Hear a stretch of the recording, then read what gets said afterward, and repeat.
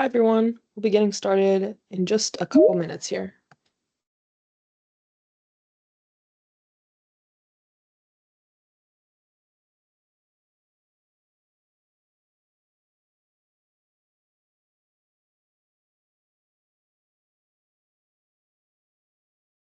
Can you guys see my screen? Yes.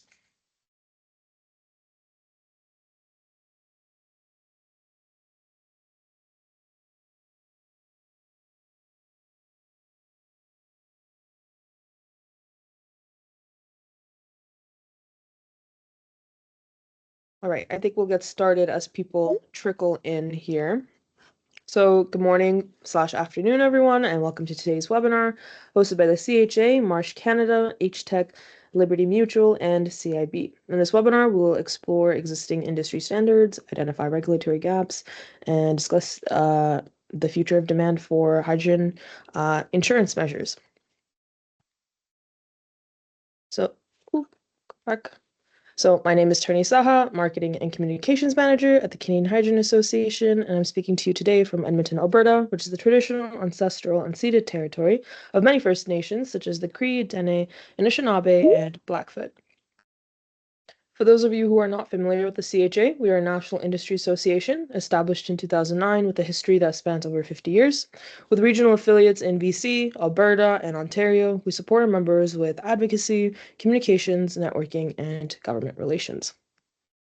We represent over 200 companies, academia, consultancies, research agencies, and end users who are developing, demonstrating, and deploying hydrogen technologies in Canada today. If you or your organization is not yet a member of the CHA and are interested in learning more, please feel free to reach out to me after this webinar. So currently the CHA is recruiting co-exhibitors for the Hydrogen Technology Expo in Hamburg, Germany this October. Attending with the CHA will make your organization eligible for partial travel reimbursement, B2B matchmaking opportunities, and networking support. If you are interested in this, please reply to the email I will be sending to all registrants after this webinar. So some housekeeping rules before I introduce our speakers for today. Please note that this webinar will be recorded and held in accordance with the CHA's competition law compliance policy. Please feel free to enter any questions that you may have in the chat section. We'll be sure to get to them during the Q&A segment following the presentations, where you will be able to turn on your mics and cameras as well. Now passing it off to Nidhi Abbey to introduce Marsh Canada.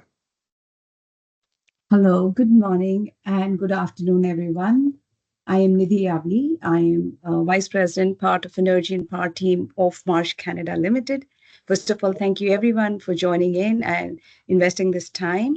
I've been in insurance industry for more than 2 decades, specialize in renewable energy, especially in hydrogen, assisting different corporates Canada-wide in reducing the total cost of risk for their organization.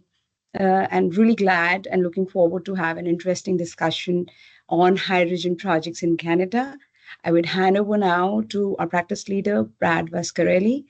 Brad, over to you.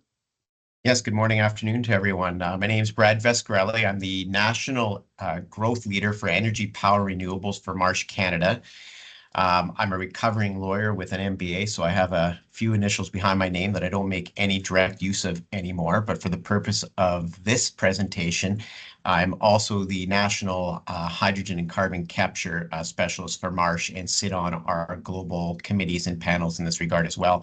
A little bit about Marsh. I won't take too long because I guess the slides will be available after, but I think the key takeaway is that we're the largest broker in the world. We operate in 130 countries.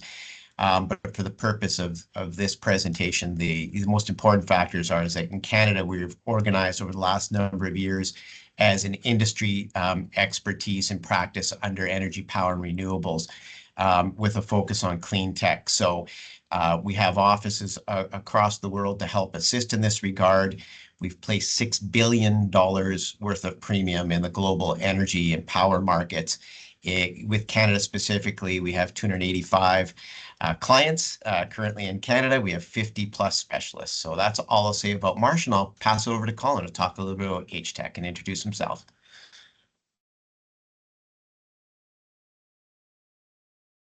Hi, good afternoon, everybody. My name is Colin Armstrong. I am the CEO of HTech. We are headquartered in Vancouver, British Columbia. Looking forward to this discussion. We are still learning about the insurance side and how it can help manage the risks of the sort of suite of projects. So just did a bit of a snapshot for everybody as an introduction. So I've been at the hydrogen game for about 20 years. We have a network of 5 light duty stations in Vancouver with quite a few more coming down the pipeline. Quite a few employees helping us design, build, and operate these. And just increasing the amount of hydrogen we delivered every day, basically, with a lot invested. Public funds as well as private equity investor funds. And we operate under 3 business units: Clean Fuels, which is responsible for the production and liquefaction facilities we're developing; Station and Distribution, fairly self-explanatory; and then Transportation Solutions, really helping those heavy-duty fleet operators take advantage of the opportunities, zero emission and whatnot that fuel cell electric trucks are providing and coming to the market with. So mainly active across Canada, but with a bit in the states of Washington and Oregon. So looking forward to this. As we go along, I'll get a little bit more thoughts on how we align with the insurance and risk management side of things as our projects evolve.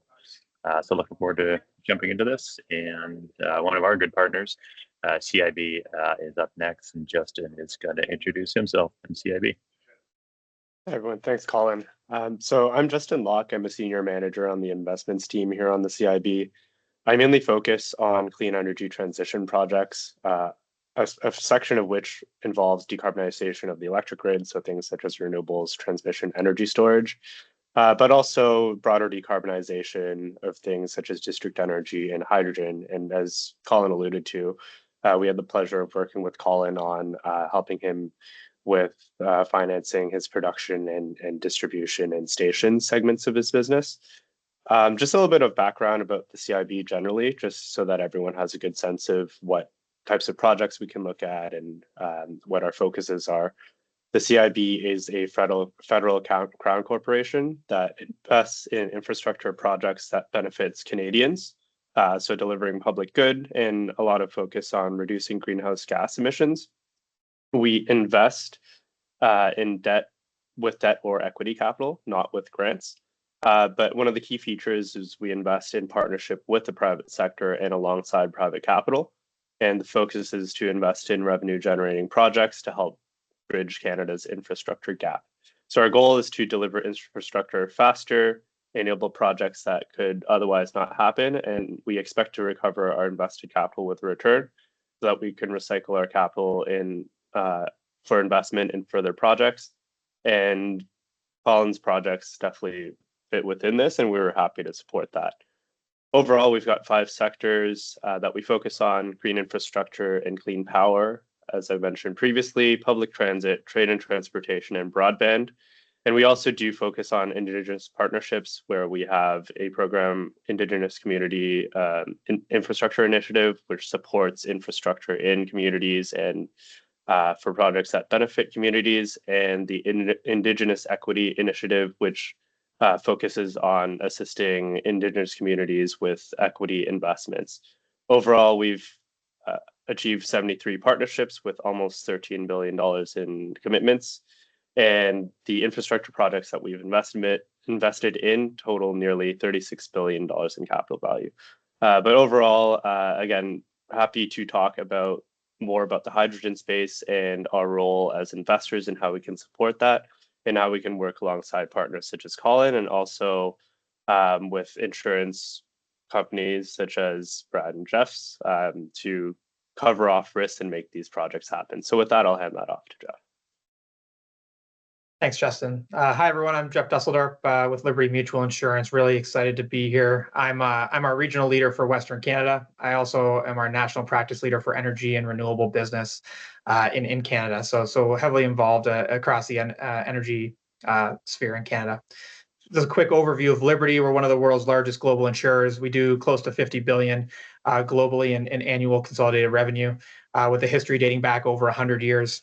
From a Canadian perspective, we have a 30+ year history on the ground, focused on Canadian or commercial and specialty insurance business, writing close to $1 billion of premiums locally. Throughout our history, energy and to an increasing extent, renewable businesses have played a significant role in our business mix. And this is the key area that we spend a lot of time focusing on and looking to grow within. Jump to the next slide really quickly, because I think our ESG pillars tie nicely into the discussion we're going to have today. Ultimately, we see the reason that we exist to help people embrace today and confidently pursue tomorrow. And as a component of that, we've been very committed to supporting the energy transition in Canada and globally. And we take a long-term perspective on that and support the process needed to deliver in this space, both to traditional businesses as well as those that are emerging, like we're going to speak to today. We support this through leading risk advisory services, risk management services, our underwriting operation, as well as the products that we bring to market to support the sustainability journey of our customers. And we're really striving to be a partner of choice for brokers and clients looking to advance that transition. And certainly from a hydrogen perspective, we see that as playing a key role in that process in a variety of ways. And we're looking to partner with companies leading the way. So again, really excited to be a part of the discussion today. Thanks for having me. And I'll pass it back to Nidhi to get us started. Thanks, Jeff. We all agree that hydrogen is going to play a really important role in energy transition in Canada and worldwide. So I would actually like to kick off this discussion with determining what are the key opportunities which our panel see in this area, in this sector. And Justin, I would like to start with you. What are the key opportunities for CIB in hydrogen? For sure. So I think the big one that everyone's looking at now are export opportunities that take advantage of Canada's strong renewable electricity resources to provide energy for the rest of the world in places like Europe and Asia. The CIB, we have a focus on infrastructure projects within Canada, and we see a lot of opportunity within Canada as well for just as a great method to decarbonize various sectors such as transportation, heavy trucking, where there are benefits to using hydrogen with faster refueling times and being able to travel long distances. There's also industrial processes, so things like steel and cement production, where hydrogen is perhaps the best way to decarbonize. And also as a feedstock for other clean fuels. So we had a project in Quebec, the Varennes project, where part of the project is using a hydrogen electrolyzer to produce hydrogen as a feedstock to create biofuels. And I guess the transportation really is a strong focus of ours.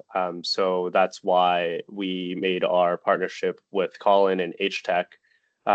We really saw an opportunity there, a comprehensive approach to both providing supply and also having the demand or the use case for it through the heavy duty trucking, fuel cell trucks.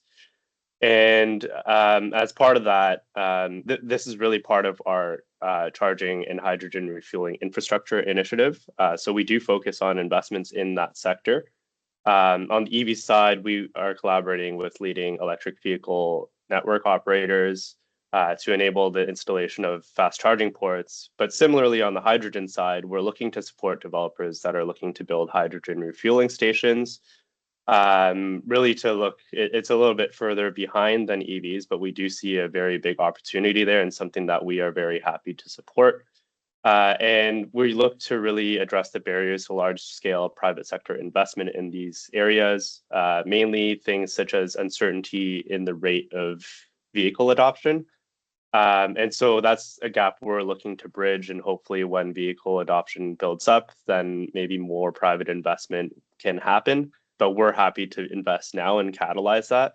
So we've come up with a product that shares in ramp-up risk with repayments that are responsive to utilization, but we'll share an upside in case expectations are exceeded. But generally overall, I'd say there are lots of opportunities in the hydrogen space. The CIB is playing a critical role on executing on these opportunities. And we're really focused on trying to position Canada as a leader in the global economy in any types of projects that we can. Thanks, Justin. Really appreciate the role CIB is playing. Colin, we would like to hear from you next. What do you see as the key opportunities in the sector? I know you specialize in this.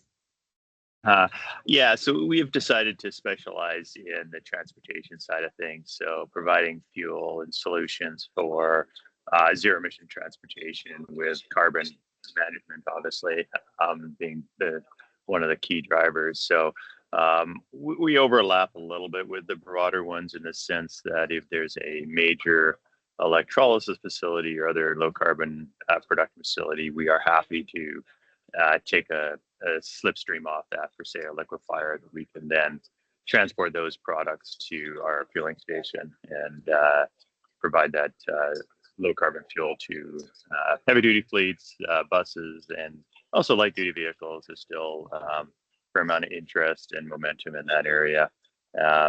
Different use cases, obviously, than the battery electric for all three of them.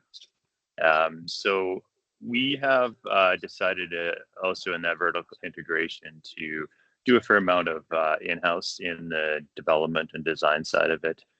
And yeah, looking forward today to the discussion, learning myself about how the interplay with insurance plays out as you take a project from conception right through to operations, which is what we're doing.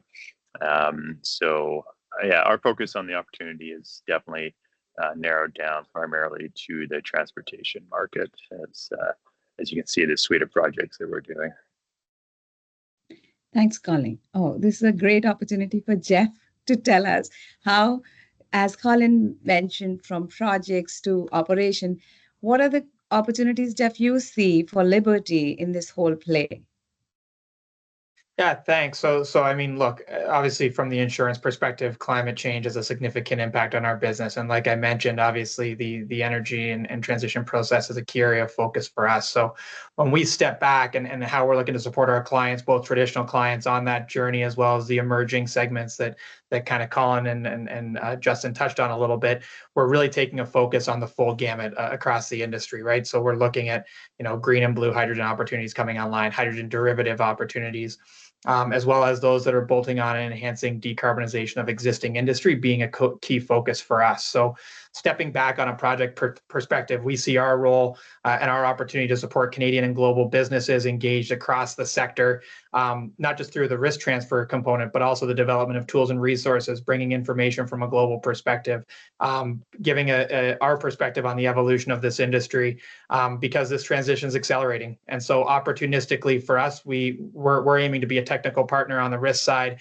A, in terms of how you're structuring the management of those projects, and B, from the standpoint of bringing that global expertise to support and de-risk those projects for you. So really, that's where we're dedicating our time and energy right now across the projects coming online and looking to partner where we can. Thanks, Jeff. Now we come to Marsh. Brad, what do you see as opportunities for Marsh in this whole scenario? Well, first off, I'd like to say I think Justin and Colin sort of broadly set out the opportunities for the industry as a whole. So I won't spend too much time on that, other than to say that in addition to what was laid out, I see in my own backyard here, being in Alberta, that blue hydrogen with carbon capture, I think is what I'm seeing on a number of projects, and I think that will help best utilize sort of our, in this part of the world, the natural resources that would otherwise be more carbon intense. So I think I see that as a key factor here. I'd echo, around the transportation. The other thing I see is that, some of the challenges around electric, especially in, parts of Canada where it's particularly cold. I think we're seeing some challenges. I'm hoping that hydrogen is maybe a way to solve that problem or challenge that we're seeing currently. From a Marsh specific perspective, and the opportunities we see is that, kind of broadly based, we want to help our clients be able to obtain both investment capital through people like Justin and risk capital through people like Jeff in a most cost-effective manner for our clients. So, we kind of bridge the gap. We're not the insurer per se, but we represent clients and work with various insurers, including Jeff, and work with lenders like Justin to help put the best foot forward for our clients. So that's where I see the opportunity for Marsh kind of fits in the equation. Thanks, Brad. over to you, Justin. I just want to know, when CIB look at these projects, what are the key considerations you would focus on before making that decision, whether you want it in that particular hydrogen project? Yeah, so I guess investment in hydrogen projects, again, we're an investor that looks to be repaid. We're not kind of a grant institution. And I think consistent with any investor in the space, top of mind, I'd say, is the offtake market for hydrogen. That's really kind of the key question. And having a positive view on a demand on or having a strong offtake contract would be really important and kind of be a key feature for a good hydrogen project. Similarly, I guess if you're looking at production, having a secured feedstock at an economic price is very important too. So really strong contracts kind of on both ends would really provide certainty on the quantity and really ultimately the cash flows that are there to repay investments. In terms of execution, there are things like looking at proven technologies. So ideally, you want to use something that it's not necessarily the first time using that technology, so that you can reliably obtain or produce the hydrogen that's coming from this. And just overall looking at the business fundamentals when you put that all together, that there are reasonable fundamentals in terms of both project costs and also kind of the cash flows that come in to repay any investment. Another thing that's very important, and actually, I mean, also important in terms of the contracts, is having strong partnerships, but particularly having a strong developer that has a proven track record in the space. Really, ultimately, it's the people that are executing these is very important to dictating whether projects are successful or not. And that includes equity capital that is willing to take on risks and have vested interest in the project, while also being able to manage those risks effectively and being the best place to. For CIB specifically, we are kind of maybe more of an impact investor or earlier investor in the market. So we recognize things such as, the offtake contracts may not be there for some projects, but in our role, one of the things we were able to do is to offer more flexible repayment terms, such as delayed repayments, to address bespoke risks around that area. But we focus on outcomes. So ultimately, we're looking for projects that reduce greenhouse gas emissions. And I'm sure many investors that are investing in the space, that's a big reason that they're doing it as well. And really, as kind of a prime example of this, I think HTEC checks to all these boxes. They are really strong greenhouse gas emissions reduction potentials from decarbonizing the transportation industry. HTEC has a proven track record of operating refueling stations for some time now and has a good plan around their feedstock and offtake.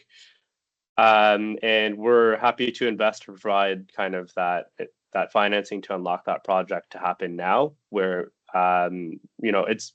this is a critical point for hydrogen projects, and really we need to provide the investment now to unlock those opportunities as in our role as a CIB. But just to circle back and finish up the question, I think really it's strong partnerships overall that dictate what a good investment project is. And just having, a good source of revenue, reliable feedstock.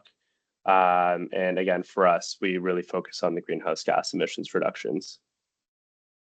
Thanks, Justin. Thank you so much. It will be really interesting to know, Colin. I know what he mentioned. HTEC has those offtake arrangements in place. However, still, what would be the key consideration which HTEC looks when deciding which project to develop, whether it's in transportation or producing green hydrogen, as I know some of those are? Yeah, I mean, it's no secret. It's a balance between the business opportunity and the risk management available to you, right? So, so uptake is obviously on the demand side, but there's quite a few other elements you need to think about as you go through it. So when putting aside the economic evaluation of it, which is offtake and variety of government programs, customers, as I said, we keep it internalized. So when the team starts to evaluate from a technical perspective, yeah, there's the equipment supply side of it.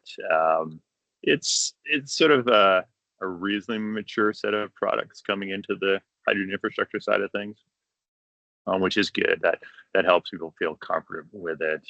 But the team then looks at, so after your sort of supply chain analysis, then you start into your detailed design where you're doing evaluations of various process safeties.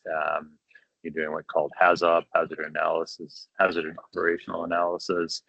You're developing those standard operating procedures, figuring out how this is all going to come together during the construction side of it, and then into the operations side of it. And then backdrop behind that, you need it's interesting, your HSE, your health, safety, and environment program it's fairly cultural. So you have to put in place a culture of safety, and then eventually understand how that's going to translate into the safety and the operations and the build side of things. So fairly comprehensive view on the risk management side, and try to understand, how we can mitigate them on the insurance side, as well as through internal actions. And a lot of effort goes into that balance to try and ultimately provide a successful, safe project that aligns with those business goals and decisions made earlier in the decision process. Thanks, Colin. I think everybody would like to hear from Jeff. When a project comes up, when I go to Liberty with a hydrogen project, what are the key considerations which makes you look at any of these projects? Yeah, thanks. And I think, it's interesting. I'll probably hit on a few of the similar things that Justin brought up and that Colin checked the boxes on in terms of what he's looking at. Obviously, given the emerging nature of what we're looking at, I think the starting point is making sure we're giving ourselves time to review this, right? Is giving us the opportunity to come in with our technical experts to assess both our position, understand our client's position more clearly, especially as when we're looking at more emerging opportunities, and bring that global perspective. So I think stepping back, some of the key elements that we would be focusing on, starting with a clear understanding of the business plan or project plan, right? The key location details, a description of the future operations and site plans, operational details as to the project process. I think Justin touched on this a little bit, the technical information being very key there, the contractors that are coming online, the manufacturers that you're going to use, all of those sorts of things, understanding the market dynamics, who your end user is going to be, so we can assess downstream impacts, as well as your overall valuation process and the things involved in that. I think a few other things, just understanding experience overall with you as owner operator on this, and how you're approaching it and who you're bringing in. Back to the manufacturers, contractors, their experience is going to play a key role in this, and who you're using as suppliers. Colin touched on this, and this is important, right? Those site details and those HSE details on site management, the investments in risk management, especially in those critical and hazardous components, are something we really focus on, as well as the surrounding exposures. And again, Justin touched a little bit, but like stakeholder engagement, overall implications, things of that nature. Are key as well, right? And the last thing I'd mention is from a contractual perspective, right? The procedures related to that, risk transfer, what you're accepting, what you're passing off, and how you're making considerations in those trade-offs, and using insurance as a component of that is really important for us. So there's variability based on application and things of that nature, but that's really where we're looking to start. And I think we understand that at times some of this is going to be in flight. That is okay. We want to be at the table and partner with you. We want to be able to give insights and support you with, the experience we've had, both positive and negative, to help inform some of those decision making. Without some of these details, we're generally assuming either a worst case scenario or it's a risk that we can't quantify and we're not going to be willing to accept. So I think that's why it's really important that especially in these emerging spaces, we take that long-term perspective so you can find the best result in market. And I think the second piece of this, and why I think this is really important, is when we build that extensive understanding together, when there is that clarity, if the unfortunate does happen, right? that really allows us to make sure that we can expedite any claim process or support you through those challenges, right? We certainly, from Liberty's perspective, don't want any ambiguity there. We want to be that partner when things are tough. And so by going through this deliberate and engaged process, it really allows us to be there if the unfortunate happens. Thanks, Jeff. Thanks a lot. Jeff mentioned a lot of things like project management, the contractor, technology. Brad, I would like to know your opinion when the clients like HTech are coming and then we have underwriters on. What are the key considerations which you look at when you have such a project on your table? Yeah, I think you're kind of seeing a dynamic of where everyone fits in on the value chain now after a few questions, right? So, kind of to reiterate where Marsh fits in is that, we're the guide and advocate on behalf of the client to hopefully help check the boxes to get Justin comfortable with, investing capital and get Jeff comfortable with providing insurance coverage, right? So, when I look at the challenges, we're sometimes Marsh is a bit different than a lot of brokers, first off, I'll say, in that we don't just buy you insurance. We want to be involved in sort of the risk management process as well. So the biggest challenge I see in trying to satisfy all this is getting us involved early enough in the process. Because if we're involved early enough, we can help with a number of the challenges that have been outlined by the rest of the panel here, right? So when we're looking at it, we can give, advice with respect to early on, with respect to locations where you might want to develop your project, right? So it's that early. So you're looking at developing a site. We can do natural catastrophe modeling and tell you if you're in a significant floodplain. We can tell you if you're in a quake zone, which may, influence where you want to build, number one, or to what standard you want to build, knowing those sorts of things, right? Do you need extra berming? Do you need extra piling if you're in a quake zone? Like what kind of standard do you build? Are you in a wind zone, right? So we can get involved that early. The other thing is that, with respect to specifically some of Justin's concerns, we want to get involved as early as possible to look at lenders' insurance requirements. We'll even step in and look at your contracts. So what we found in the past is sometimes, the contracts that are being suggested, have insurance terms that what I would say aren't market anymore in the insurance industry. They may be deductibles that are lower than what the industry is seeing these days. If you took those deductibles, they would be at if you could get them, they'd be at very onerous premium levels. So we often even get involved early enough to kind of have discussions with lenders, insurance advisors, and talk through what is a reasonable limit, what is a reasonable deductible, that sort of thing, right? We could get involved early enough to look at the equipment that you're looking at. We have a list of equipment and we know which equipment is more reliable and which is less reliable. So we can even help in that regard, right? So you combine that with the fact that we have generally what we call our project risk managed approach, where we get our engineers involved. I'll talk about that later, but just kind of tease it here. Our engineers help with projects, right? And they will help de-risk your projects. It's great that, we can buy you insurance at the end of the day, but it's more important that we help put you on the right path so that your likelihood of ever having to access that insurance is low, right? Because that has the dual effect of getting more insurance capital interested in your project, getting the best terms at the best pricing. So, those are kind of broad picture, things that we can help with and the challenges that we can help bridge that you're seeing here, or the questions or the check boxes, right? So. Thanks, Brad. Thanks a lot. We talked, and if just for 1 minute, I want to club two of my thoughts. What would be the best in class risk for the different panelists? And what would be the road to the best in class? Justin, we'll begin with you once again. What will be the best project for CIB to invest in? And if there is something which is not best, what is the road CIB suggests to take it to the best level? For sure. So fundamentally, the best in class projects would be the highest possible returns with the lowest possible risks. And I think everyone on this panel is kind of getting the risk part is very important, and a lot of it is working with developers such as Colin and other partners, insurance partners such as Jeff and Brad, to manage the risk as best as possible. so that, ultimately you want to be pretty certain about those returns that you're making. And so really, I think that there's two key questions in my mind, which is one, how do we make sure that there's sufficient cash flows from operations to repay the facility, which basically requires that you're operating effectively. And two, how do we make sure the project is going to be executed properly and on time and on budget? So with those things on the operations sides, a really good project would have a lot of certainty over its offtake and feedstock.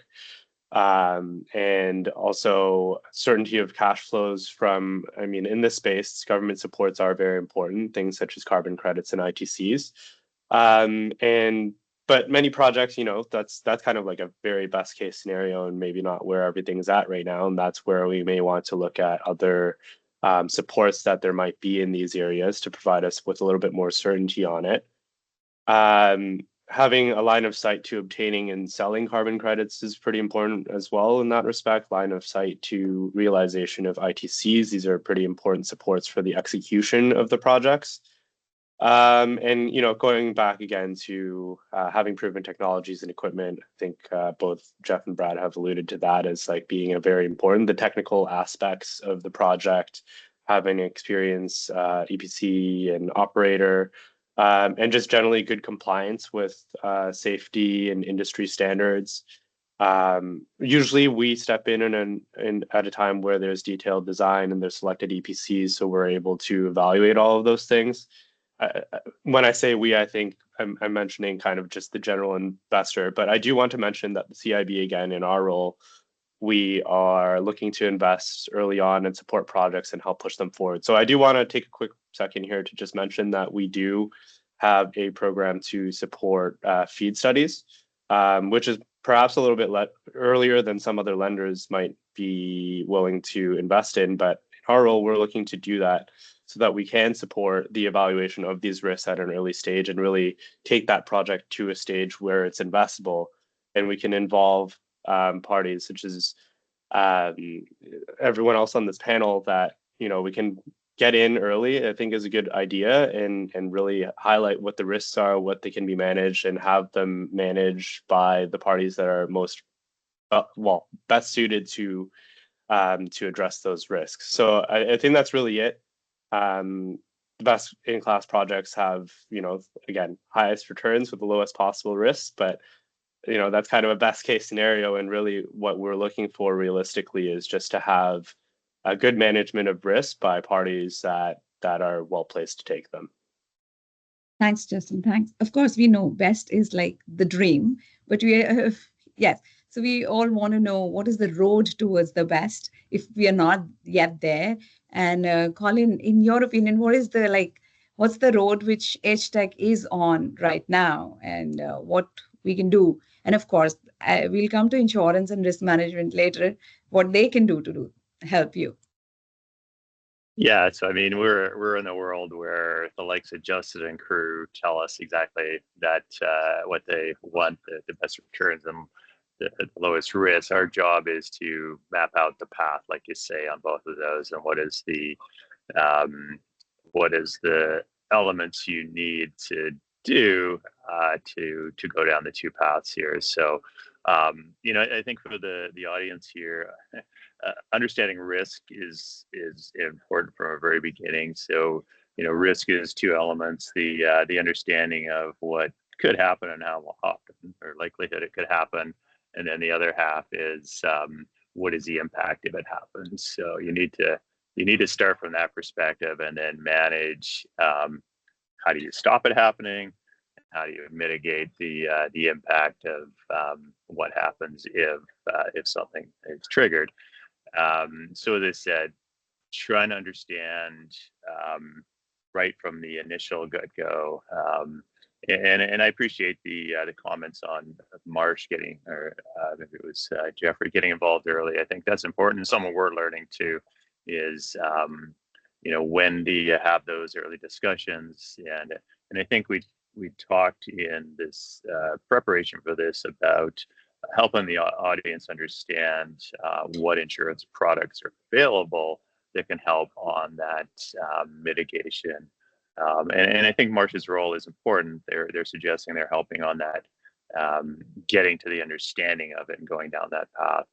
But ultimately, there's a product that we can tap into to satisfy ultimately our investors as well as our clients, right? Because those offtakes are often two-way streets, right? So if you promise to give somebody something, they rely on it, and if you don't, then you can be on the hook for their losses because they don't have your product. So obviously in our case, it's fairly, you don't have hydrogen, you're relying on your truck, you're losing revenue pretty quick. So you have to understand what is the impact when you're signing up for offtake agreements with groups.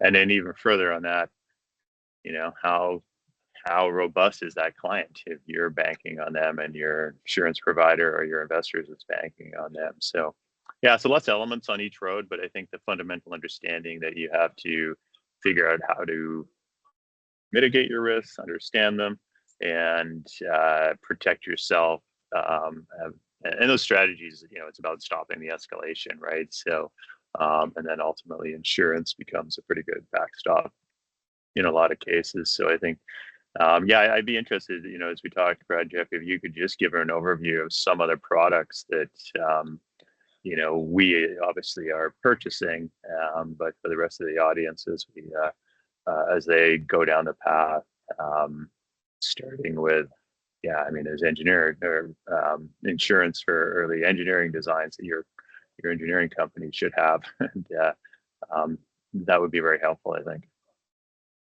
Thanks, Colin. Thanks. I think the stage is really set for Brad to tell us how Marsh can assist clients like HTEC or financiers in this road. How we talked about ITC, we talked about offtake arrangement, we talked of risk management, how Marsh can assist in this journey, all these hydrogen companies and projects happening in Canada. Brad.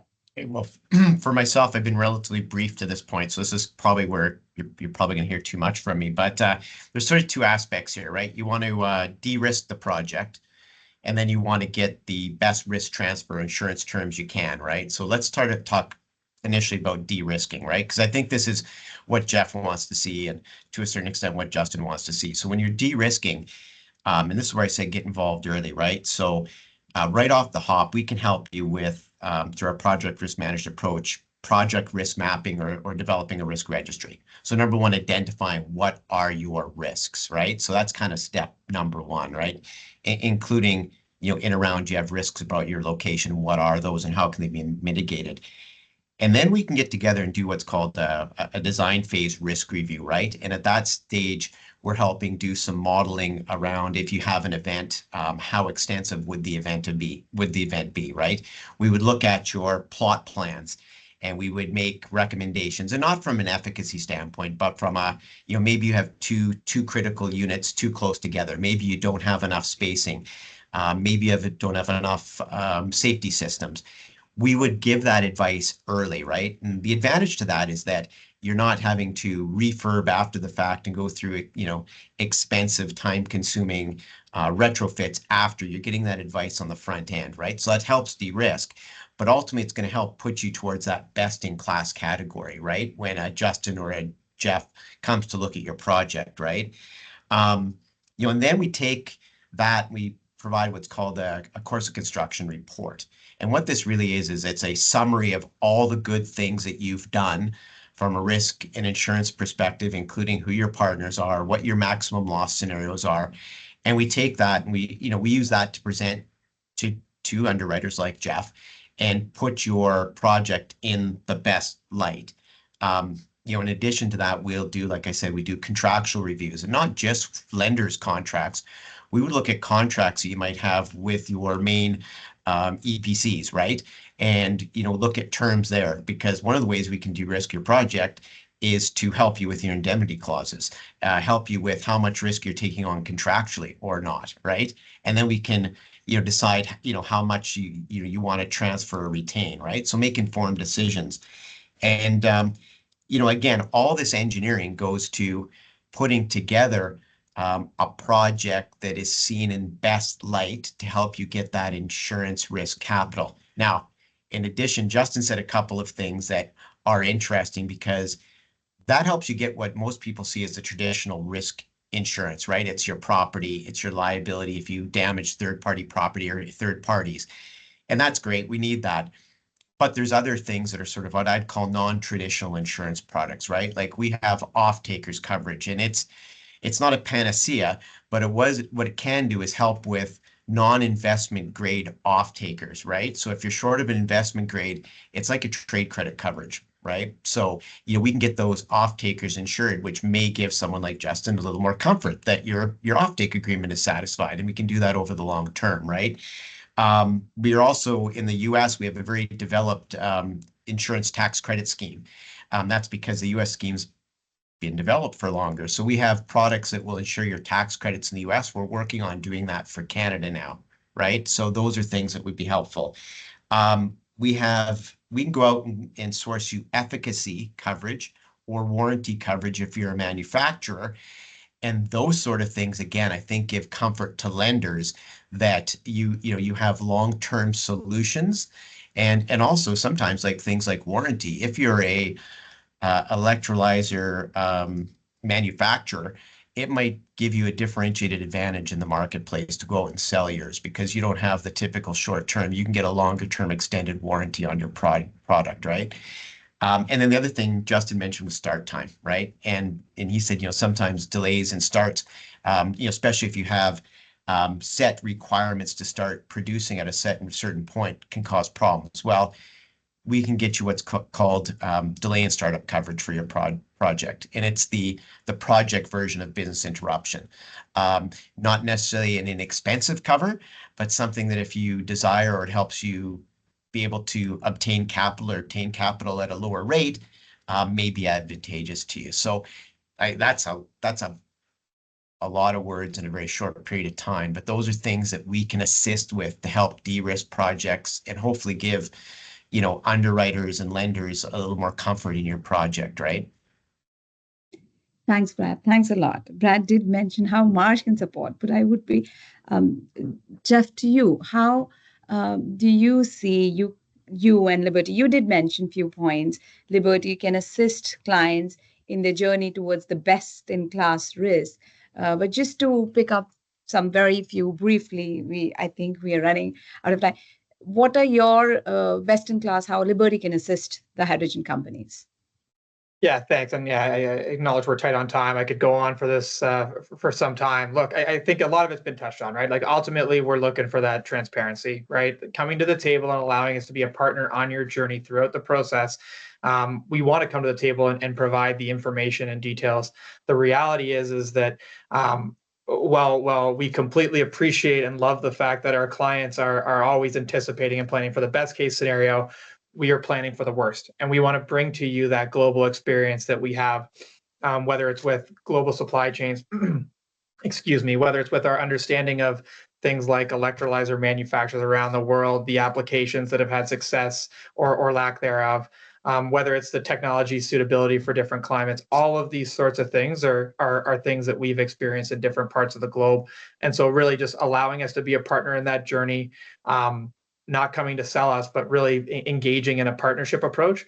Again, we can solidify on a number of those things with respect to, whether it's NatCat concerns, whether it's technology selection, whether it's contractor and expertise selection, and those sorts of things. So I think a lot of the things that have been hit on are really where we're focused. And we want to be a partner in this because, again, our ultimate goal is to see you succeed as well. So that's where we see ourselves coming in and being a partner in that journey. Thank you. Thank you, Jeff. And I think we can open this session now for Q&A. Tuni, would you have questions? So you can, we do have questions. I can't see it on my screen as of now. Yeah, of course. So the first question is from Francois Girard. From an insurance perspective, what are the key challenges to support hydrogen projects, vehicles, etc.? Jeff, do you want to address it? Or then we can flip it to Brad. Yeah, I mean, I'd say the biggest challenge that we're going to run into is from the technology perspective, right? I think it was hit on a few times throughout the process, right? Like anytime you're seeing emerging new or unestablished and untested technologies, that brings up a host of concerns for us that we really need to take our time to work through and partner with you on, right? And so again, back to the timing, we have a number of extremely strong engineers on staff to get engaged in that and help understand the process, the selection, the criteria that come with that. But anytime we're dealing with nascent technology, that's really a challenge for us from an insurance perspective, with respect to how we can approach it, what we can transfer, to what extent, and I'm sure Brad can comment a little bit in terms of things like limit deployment and capacity available. There's a number of challenges that come up with that. So if you're looking for the one challenge, it's going to be anytime we're looking at untested and unproven prototypical technologies. That's really something we need to spend a lot of time digging into. Yeah, I mean, the one thing I'd say is when I've spoken to various underwriters about hydrogen-fueled vehicles, for the most part, there haven't, compared to some of the other more nuanced projects, there hasn't been as many red flags. So I think that's kind of a positive. I think one of the challenges, they're quite expensive vehicles, typically more so than you would with other fleet vehicles. So I mean, the value of them is sometimes a bit challenging. You may have to take larger deductibles. But the reality is that we have and then if you're looking at it from the transportation and transporting hydrogen, we've insured vehicles that carry ammonia, that carry propane, that carry for years. So there's a lot of similar type of exposures that insurers seem to have a lot of experience with and know how to rate. So I think from a transportation, insuring the vehicle and insuring a payload, if you will, there may not be as many challenges that I've seen initially, at least, when compared with some of the more intricate details around some of the more challenging novel projects and that have novel processes. Sorry, I think Brad hit on a great point there, right? And again, it's going to come back to the timeline and collaboration piece, especially when we look at it from a Canadian perspective. We have some of the most skilled engineers in the world. They understand these different applications. That engagement is going to be key to understanding, to Brad's point, whether it's on a transportation perspective or otherwise. How do those themes apply to the newer perspective you're looking at? So it'll be safe to say that since we are looking at new technologies, emerging sector, for clients to approach their insurance partners and underwriters well in time would be a better bet to get better terms in terms of risk management project and good insurance in place, right? We have a lot of questions. I'll come to the second one we have from Trevor. He says, I've heard BC referred to as Silicon Valley of hydrogen. Why is that? Is it strictly because of research strength, or does it province have any other advantage? I think, Colin, you would be best suited to answer this question. I'm not sure I fully understand the question. He is saying BC is referred as the Silicon Valley within hydrogen. Okay. Yeah. And why is that? I mean, so Vancouver area got an early start in fuel cell development through Ballard, and you've had a lot of spin-offs. There's quite a few people and a lot of expertise and support for the fuel cell development, and somewhat in parallel, the hydrogen supply side of things. So I think that's the reference. That's Nafion Valley, I suppose, is what's inside a fuel cell. But that's the reason on that, and I think that is important, right? That knowledge base on the fuel cell from a safety and risk perspective is also around. The more you develop these things, the more you understand them, and the more you can pass that knowledge on to the stakeholders, whether it's the insurance companies or other. Thanks, Colin. Next question we have from Anil Lal, addressed to CIB, Justin, to you. He says, what kind of return on investment does CIB expect on LNG export versus hydrogen export? Seems like it would make way more sense to export LNG and focus hydrogen on displacing on refined fuel products locally. So I think maybe one thing to clarify here is that the CIB's main, benefit or return is public benefit. And in this case, the public benefit mainly is greenhouse gas emissions reductions. So under our current mandate, our focus would be more on a hydrogen project, basically for the decarbonization aspects. In terms of financial returns, what we look to provide is we're looking to invest in projects alongside other private developers. And oftentimes there's some barriers to executing the project. Perhaps the returns aren't sufficient, or maybe there's too much risk on kind of the revenue ramp up period. And that's where we would look to invest into these projects and try and make sure that the return profiles are sufficient for our private partners to invest in. So I'm not sure that quite answered the question directly, but I think that's kind of how we view our investments in hydrogen export projects. Sure. Thanks, Justin.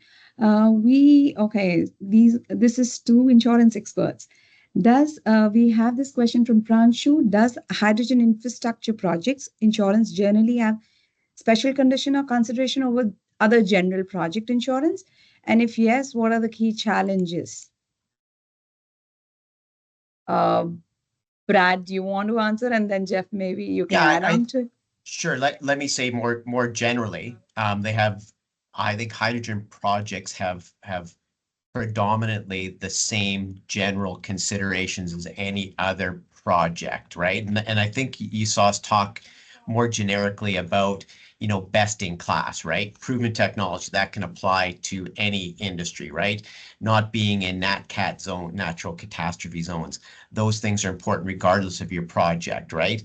Not having large stores of a fuel source on hand could apply to other industries as well. So a lot of the same considerations generally come into play, but then there's obviously specific challenges for hydrogen that we would get our engineers in and be able to help model, right?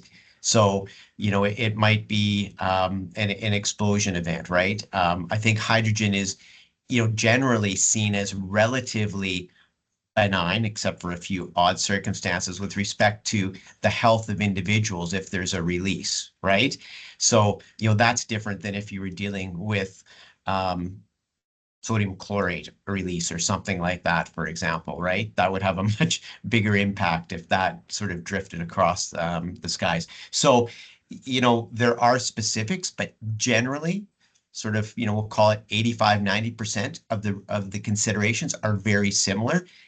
And then there's specifics to hydrogen, and then there's specifics to your specific project and your risks, your location, your technology, your contractors, your, right?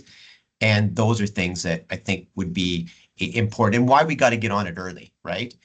Because I'm sure Colin will attest to this, there's way more questions that need to be answered than most clients would ever consider. And I think sometimes they think the process becomes onerous, but it's important to get those answers because it gives comfort to underwriters like Jeff and to lenders like Justin. And in my experience, when there's unanswered questions, those individuals become uncomfortable and it makes it easier for them to step away from projects or not support the project.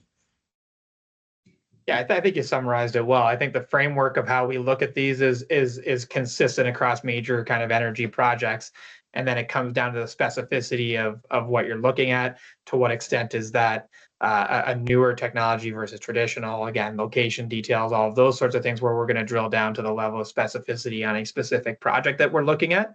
Where, again, something we pride ourselves on, both in terms of the partnership we want to provide, but also the technical depth we want to get to. Again, understanding things like electrolyzer selection or different things of that nature that you're picking where we can help comment on. So I don't think there's major process differences. It's just going to be the level of specificity, particularly where you're looking on emerging risks that might be present. We have one last question, Brad, addressed specifically to you.